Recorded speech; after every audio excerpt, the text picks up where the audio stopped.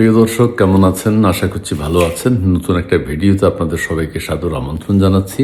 আজকের এই ভিডিওতে যাকে নিয়ে কথা বলবো, প্রসঙ্গ হচ্ছে এরকম: শোষক যিনি কেমন তিনি। আমি আবারও বলছি,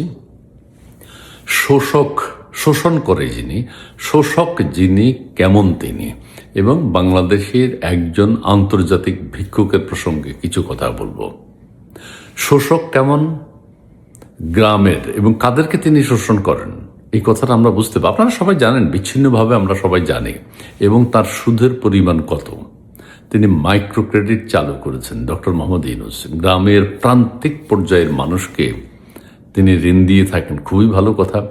এটা যদি সহনীয় পর্যায়ে একটা সুদ হতো তাহলে ঠিক আছে, এটার মধ্যে কোনো অপরাধ নেই, ভালো কাজ। মাইক্রো ক্রেডিট 5,000, 10,000, 20,000 টাকা দিয়ে আপনি অন্যকে হেল্প করছেন, সেটার বিনিময়ে যদি একটা খামার করে, গরু পালন করে, ছাগল পালন করে স্বাবলম্বী হতে পারে, তারপরে আপনার কিস্তির টাকা দিয়ে দেয় বৈধভাবে, যেটা জেনুইন মিনিমাম, আপনি যদি মানুষের সেবা করতে চান সেটা দেয়, তাহলে ঠিক আছে। কিন্তু আমরা বিভিন্নভাবে জানতে পারি আপনার সুদের পরিমাণ 30%, 34%, কেউ বলে 40% পর্যন্ত হয়।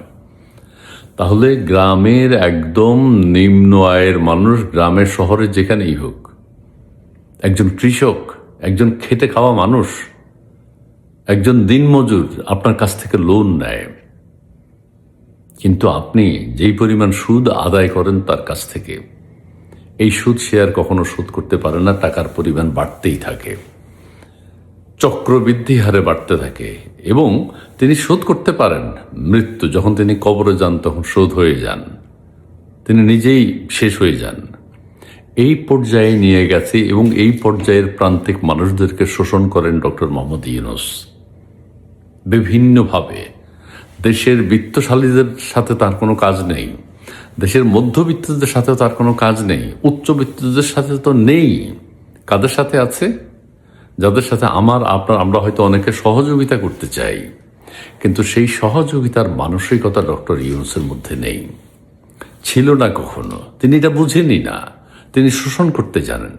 কাজে যে কথা বলতে চেয়েছিলাম, বাংলাদেশের একদম প্রান্তিক পর্যায়ে নিরীহ অসহায় মানুষদেরকে শোষণ করার একজন মানুষ, এবং তাদের রক্ত চুষে তিনি টাকা ইনকাম করেন, তার কোটি কোটি কোটি টাকা। কিন্তু তিনি সাধারণ মানুষকে শোষণ করেন, নির্যাতন করেন, ঘরের টিন খুলে নিয়ে যান, ছাগল নিয়ে যান, গরু নিয়ে যান, যদি শোধ করতে না পারে। এবং তার মাধ্যমে স্বাবলম্বী হয়েছে এরকম কেউ কি আছে বাংলাদেশে? কয়জন আছে? সেই জোবরা গ্রামের খবর কি আপনারা কেউ জানেন? আমরা কেউ জানি? জোবরা গ্রামের মানুষ কেমন আছে? নিঃস্ব হয়ে গেছে। জোবরা গ্রামের মানুষ ওনাকে ধিক্কার দেন। জোবরা গ্রামের জন্য আপনি কি করেছেন? কিন্তু এটাকে তিনি সারা পৃথিবীতে মার্কেটিং করেছেন, এই করেছেন, সেই করেছেন, অন্যের বাড়ি দেখিয়ে প্রতারণার মাধ্যমে নানান ধরনের প্রতারণার সাথে তিনি জড়িত। তার পুরো জীবনটাই প্রতারণা। কোনো একটা মানুষের কল্যাণ তিনি চান না। কয়জন মানুষকে তিনি স্বাবলম্বী করেছেন? আমরা ক্ষুদ্র ঋণ দেব, ক্ষুদ্র ঋণ দেব। ক্ষুদ্র ঋণ দিয়ে আপনি কাকে স্বাবলম্বী করেছেন? সেই স্বাবলম্বীরা কোথায়? আপনি তাদেরকে বিভিন্নভাবে ফোকাস করেন যে এরা আজকে এই অর্থবিত্তের মালিক হয়ে গেছে, এরা আজকে এই ঘরবাড়ি বানিয়েছে, ভালো অবস্থানে আছে। আছে কেউ বাংলাদেশে? কেউ নেই। বাংলাদেশ তাহলে আর তারা 3-0 সোশ্যাল বিজনেস, মাইক্রো ক্রেডিটের কথা বললাম। তার 3-0 দিয়ে বাংলাদেশের কোনো ওয়ার্ডে আজ পর্যন্ত কোনো কাজ হয়েছে? কোনো পরিবার ভালো কিছু করতে পেরেছে? বা উনি 3-0 যে প্রজেক্ট ওনার, উনি কোনো পরিবারে সেটা ইমপ্লিমেন্ট করতে পেরেছেন? পারেননি।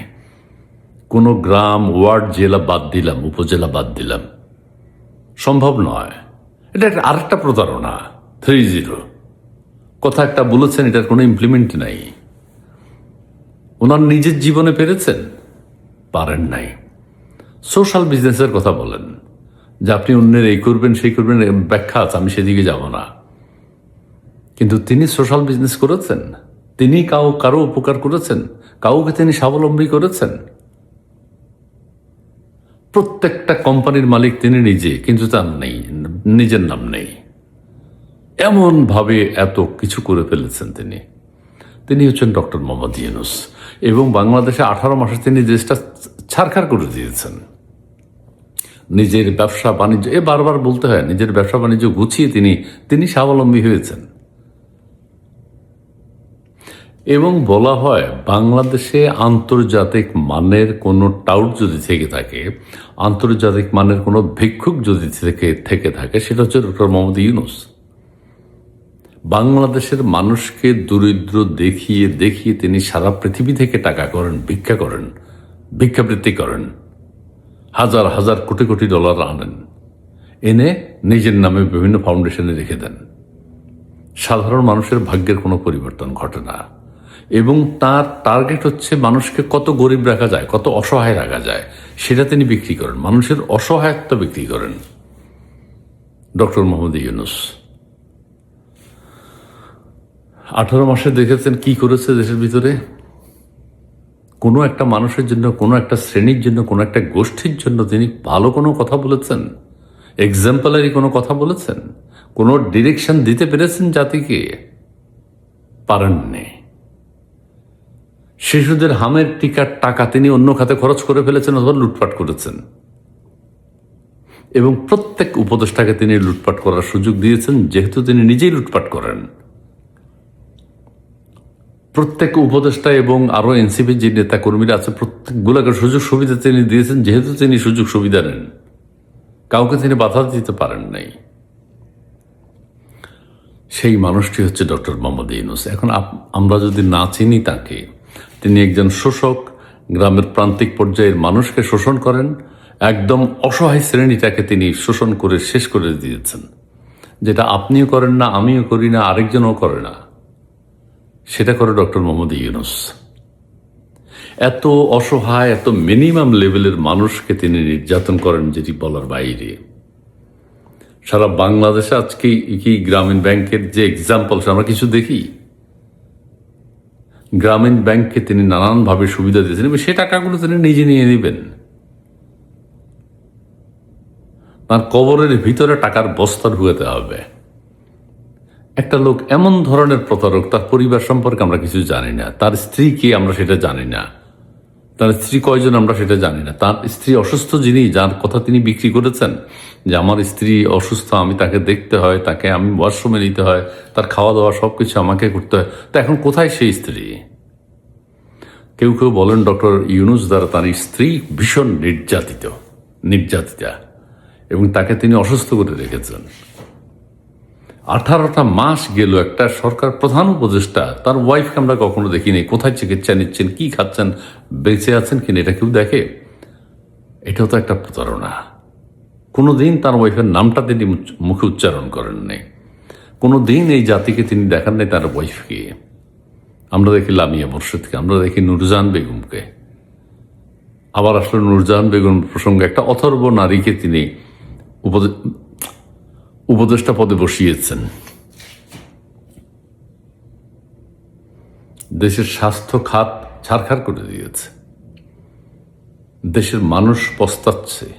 আর যাবার বেলায় সর্বশেষ তিনি যে চুক্তিটা করে গেলেন, চুক্তির ব্যাপারে আলোচনা হচ্ছে, এখন আলাপ হচ্ছে, এখন বেরোচ্ছে কি ধরনের চুক্তি, কি ধরনের সেবা তিনি বাংলাদেশের মানুষ, এটা হলো পুরো বাংলাদেশকে তিনি একটা দাসত্বে পরিণত করেছেন, দাসে পরিণত করেছেন, দাসত্বের শৃঙ্খলা আবদ্ধ করেছেন।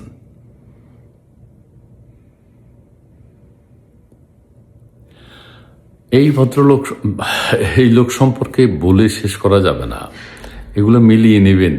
এবং আমাদের প্রবাসী ভাই বোন বন্ধু যারা আছে তাদেরকেও তিনি বলেছেন প্রতারক, যে প্রতারণা করে বিদেশ যায়, কাগজপত্র জাল করে বিদেশ যায়। এটা ফড়িয়ারা হয়তো করে, পাসপোর্ট জাল করে যায়, বলেছে না?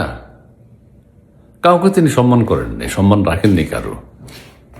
আরে ভাই, কয়জন যায় অবৈধভাবে কাগজপত্র করে? কয়জন সারা পৃথিবীতে আছে? ম্যাক্সিমাম তো ভালো কাগজপত্র সহ বিদেশে গেছে, শ্রম দেয়, কষ্ট করে, দেশে টাকা পাঠায়। আপনার শ্রদ্ধা নাই তাদের উপর। কোনো একটা মানুষের দেশের নির্বাচনকে হেও করেছে, বলছে যে জাল ভোট দেয় বাংলাদেশে, লন্ডন যাই বলে আসছে, ভালো কথাও জানে না এই প্রতারক।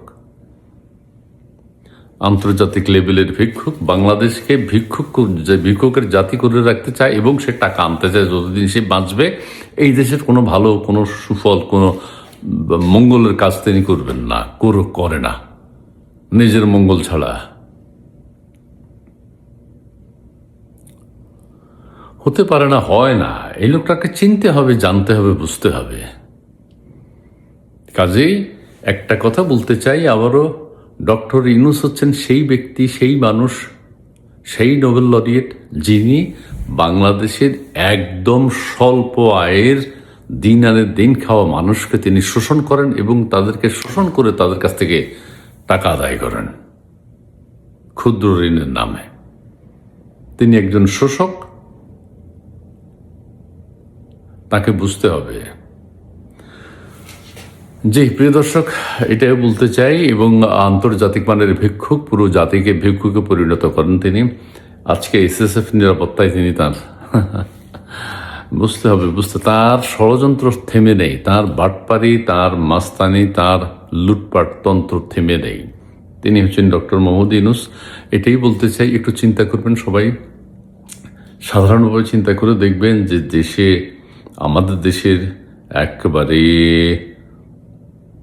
প্রান্তিক পর্যায়ের সর্বশেষ মানুষটাকেও যে ব্যক্তি শোষণ করে তিনি হচ্ছেন ডক্টর মোহাম্মদ ইউনূস। এই কথাটা প্লিজ একটু মনে রাখবেন এবং চিন্তা করে দেখবেন যে আসলেই তাই। ধন্যবাদ।